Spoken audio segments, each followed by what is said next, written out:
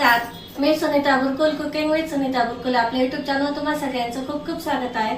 आज वटसावित्री पौर्णिमा आहे, या निमित्त तुम्हा सगळ्यांना खूप खूप शुभेच्छा। आज आपण ना साबुदाण्याचे वडे कसे करायचे ते बघणार आहोत। ते फुटू नये म्हणून मी इथे काही टिप्स सांगितल्या आहेत तुम्हाला। चला तर मग सुरुवात करू। हे बघा, असं आहे ना मस्त छान मळून मळून घ्यायचं। हे बघा, म्हणजे मग काय होतं की याच्या गाठी गोठ्या पण नाही राहत बटाट्याच्या, आणि ना हे आपल्याला तेलात टाकल्यावर ना अजिबात फुटत नाही। आता याच्यामध्ये आपण काही मसाले टाकू।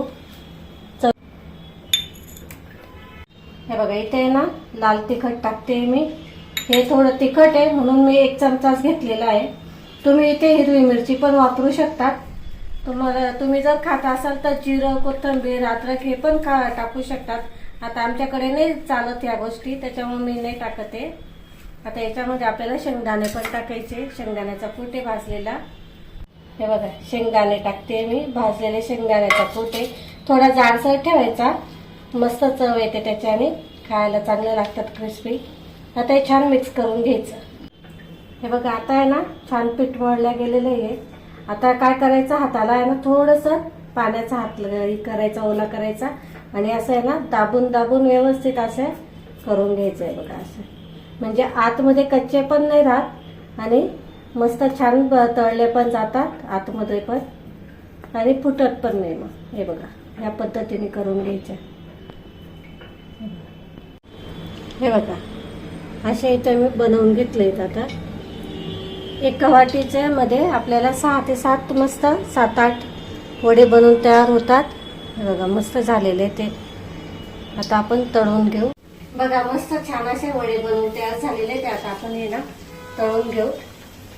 कढईमध्ये जेवढे मावतील ना तेवढेच टाकायचे, जास्त आहे ना हे करायचं नाही, आणि एकदम असा हात लावायचा नाही, नाहीतर मग काय होतं की ते फुटतात। मग त्याच्यामुळे थोडे 1-2 मिनिटासाठी त्यांना सेट होऊ द्यायचं, मग हे करायचं, पलटी करायचं। बघा कसे मस्त टम्म फुगले ते बघा, तुम्हाला दाखवतो।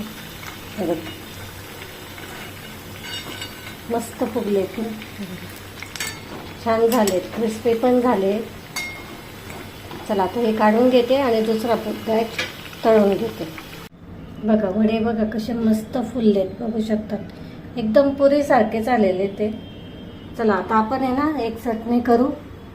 त्याच्यासाठी मी इथे मिक्सरचं भांडे घेतलेलं आहे, त्यामध्ये आपल्याला इथे खोबरं टाकायचं आहे।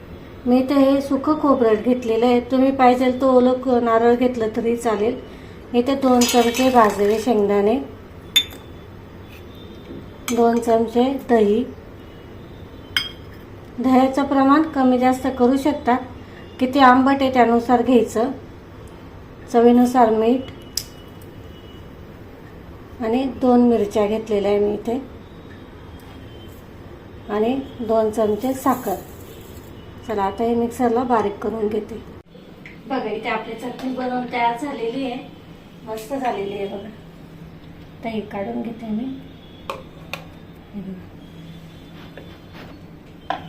बघा, इथे आपले वडे आणि चटणी बनवून तयार झालेली आहे, मस्त झालेले आहेत। बघा, इथे आपला एक पण साबुदाण्याच्या वड्या फुटलेला नाहीये, खूप छान टेस्टी बनतात, आणि फुलले तर बघा ना कसे मस्त आपले पुरी सारखे फुललेत। फक्त थोडंसं मळून घ्यायचं, मळून घेतलं ना मग ते अजिबात फुटत नाही। काही टिप्स इथं सांगितल्या आहेत मी तुम्हाला, तर नक्की फॉलो करा, म्हणजे तुमचे पण वडे छान मस्त क्रिस्पी बनतील। तुम्हाला जर व्हिडिओ आवडला असेल तर लाईक, शेअर आणि सबस्क्राईब करायला अजिबात विसरू नका। आपण अशाच नवीन रेसिपींसोबत पुन्हा भेटू, तोपर्यंत नमस्कार।